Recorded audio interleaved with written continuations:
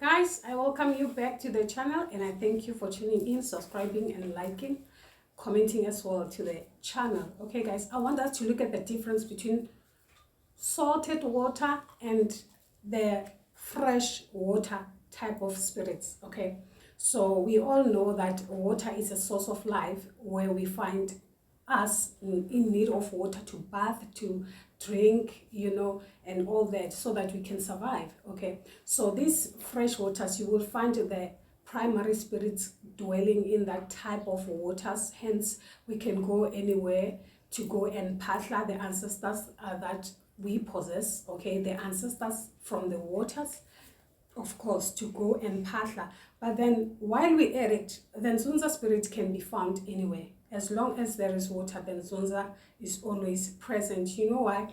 Because the ndzundza can be seen as the gatekeeper between the water and the land.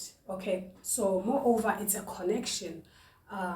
It's the spirit that connects us to the underwater, exactly the type of spirits that we possess from the underwater. So moreover, the ndzundza spirit is actually the primary, not necessarily the primary, but then the gatekeeper. Okay, so it has the ability to reveal what happens under, and also the ability to reveal what happens outside the water. Hence, when you go and patla, and maybe you're going to patla and speak with your own ndzundza, you have to take the scent out of the water and take it outside, and take the scent also from the outside and put it in.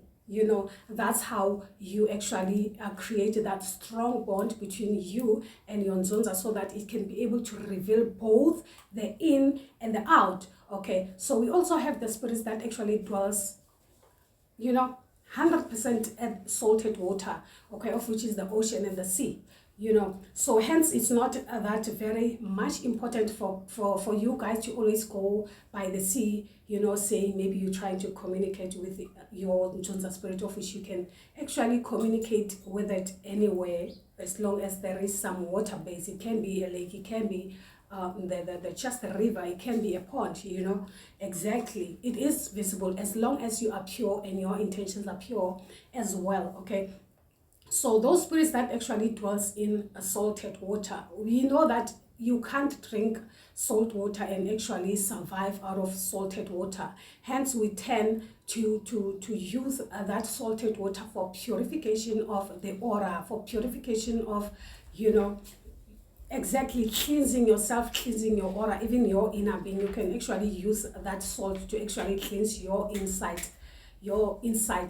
being, exactly, your inner being, guys. Okay, so moreover, those spirits, they don't want to be disturbed. Really, they don't want to be disturbed. They don't want to be irritated for in any shape or form. So people, for some reason, they might feel at ease, or maybe they think, yeah, the connection might be stronger if you tend to go there most of the time. Mostly you will find masculine type of spirits dwelling in such place. That's why you will find when they are angry, that they are wrath, you can't even stand it. Okay, you can't even stand it, because they come in a form of thunderstorms, wind spins and all that.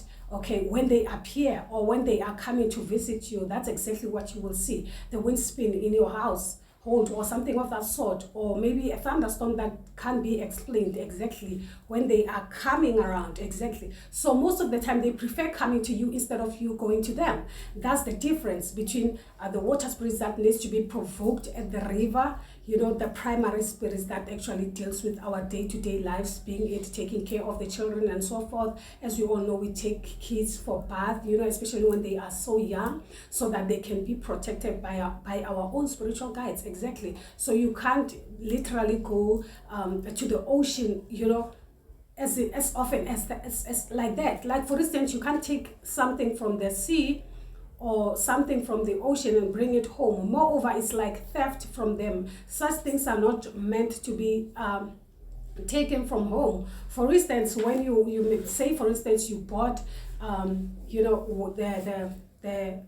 amanzi olwandle, for instance, you have to patla at the gate before you get inside with such waters. Exactly. Let your spiritual guides know that this is what I'm having and I'm bringing it into the household. You understand what I'm saying? You can't just take such things. Like, for instance, we have the animals that cannot actually live out of salted water. Once you take them out of salted water, therefore, consider them dead. Okay, exactly. Same applies to anything that actually belongs there. Okay, it belongs to the waters, exactly. So people tend to find it easy, as in, like, this is how I communicate with you. Well, we beg to differ, but then we have to look at the differences or the wrath of such spirits when they come back.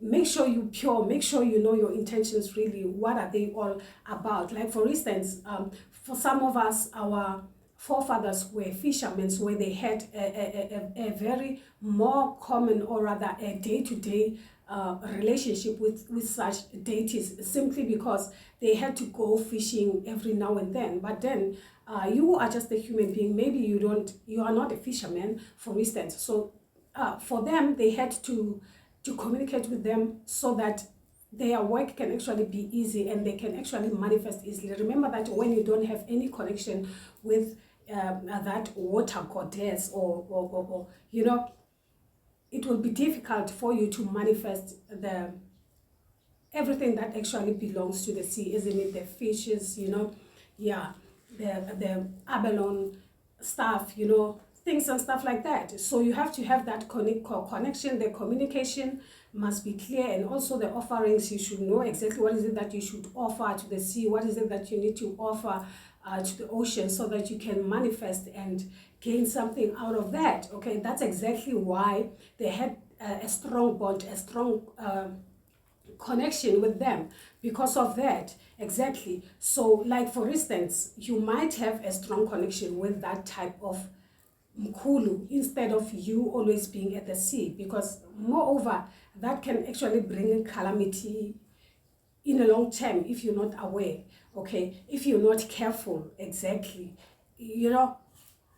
That's exactly what I'm picking up. Okay, so guys, we just have to be careful on that, differentiate that get to understand the difference. There's nothing wrong sometimes going there once in a while for to purify your energy and all that. Okay, but don't make it a norm, or maybe taking things from there and then you come back and you wonder things start trembling, because you are keeping things from the sea, you're keeping things from the ocean, and you're bringing them back home. Moreover, you it's like you are inviting some of the things that don't even belong to you guys. Okay, so all in all, you have to go through your own spiritual guides. That's the type of connection that you should use. Don't just strictly, we should consider them as the high ranks, because that's exactly who they are. They are the high ranks. Like, for instance, you just can't go to a king and say, hey, I'm not happy because we don't have water in our village. No, it doesn't work like that. You firstly go and consult with the headman of your village, and the headman of your village will then go and pass the message on your behalf to the king. Exactly. And when you face the king one-on-one, moreover, it is considered as a disrespect. Moreover, you are disrespecting. You understand what I'm saying? You are disrespecting your own spiritual guides. So that's exactly what you don't want. Not that the connection you're having is not strong. It can be strong and amazing, because when the spirit come and visit you, now that's marvelous. Now that's unspeakable. Not you going and it's like you are forcing the connection. You don't have to force anything. Let everything happen on its own. And when it is time for them to come and visit you, you will know. They will tell you exactly what is it that needs to be done by you. Okay, so that you can welcome them in your home. And by you welcoming them in your home, that doesn't mean they will come and sit. We have spirits that they don't actually come and sit with us permanently. They only come to, to like supervise and see exactly what have you been up to so far, what have you gained, things and stuff like that. And then they bless you with whatever that they see you need, and then they leave. Exactly. they don't stay for that long. It can be they come and they stay with you around for 3 days. For some it will be 7, and then after that they go back. After they have given you their blessings and everything, they can see your surrounding, they can see your life, you know, and all that. Exactly. And then they go back, because guys, they are of the waters, you know. You just have the connection with them. Exactly. So you have to know when they are present. You have to know when they are coming to visit you and welcome them, so that they can be able to bless you and all that, and bid them farewell as well. Exactly. So it's not something that you can hold on to, because I have the sense that people, they tend to want to hold on to such spirits. No, the only spirits that are far way much important are your primary ancestors that you communicate with on a daily to day basis. Exactly. Don't suppress yourself with too much to bear. Don't, you know, put yourself under pressure spiritually, because you can never take, it's too much. It's too much, guys. You just have to deal with the primary ones, and the primary ones will actually take care of you concerning your, you know, your high ranks. Exactly. They are actually the ones that will actually, exactly, you pass the message from your primary to your high ranks. You get what I'm saying, guys? Like, for instance, when you patla, you know, patla abokokona bomkhulu from backwards, okay? And then you go, you don't start by calling your, guys, that's my understanding, okay? Don't shoot the messenger. That's the message that I have picked up. Moreover, it's like a channeled message that I received, okay? Because yes, mostly I get some comments that are actually intriguing, or maybe even the emails that I got. It's like, now I understand that people tend to make say the ndzundza spirit as in like more primary. You understand what I'm saying? More primary. Exactly. Of which we have to look at the other sides, as in your primary ancestors that are actually looking out for you on a day-to-day basis. You understand what I'm saying? Yeah. Moreover, when you provoke them wrongly, they can cause some calamities back into your life without you realizing, and then you wonder, why are things actually turning around against me instead of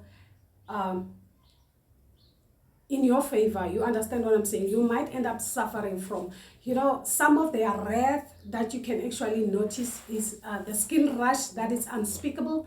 Then you will know that there is something that you're actually doing that is not actually appeasing to them, or they are not actually or literally happy with that, or some ailments that are unexplainable, you know, that are not even common. Exactly. That's the type of the wrath that you will literally get from them. So you don't want to be in that position, guys. Okay, so be safe. Communicate with your ancestors from the primary going up. Exactly. That can actually be helpful, especially when you possess water spirits, you know. Yeah, especially when you possess water spirits. So the ndzundza is everywhere. If you want to communicate with it, you can get it anywhere, guys. Anywhere, anywhere. Exactly. Anywhere at the river, anywhere, anywhere, anywhere. As long as you know how to summon it. Exactly. So guys, that's exactly what I wanted to share with you guys concerning the spirits that actually dwells more in the fresh waters and salted waters. Exactly. So guys, until then, I'll see you next time. You take care. I'm sending you light. Bye bye.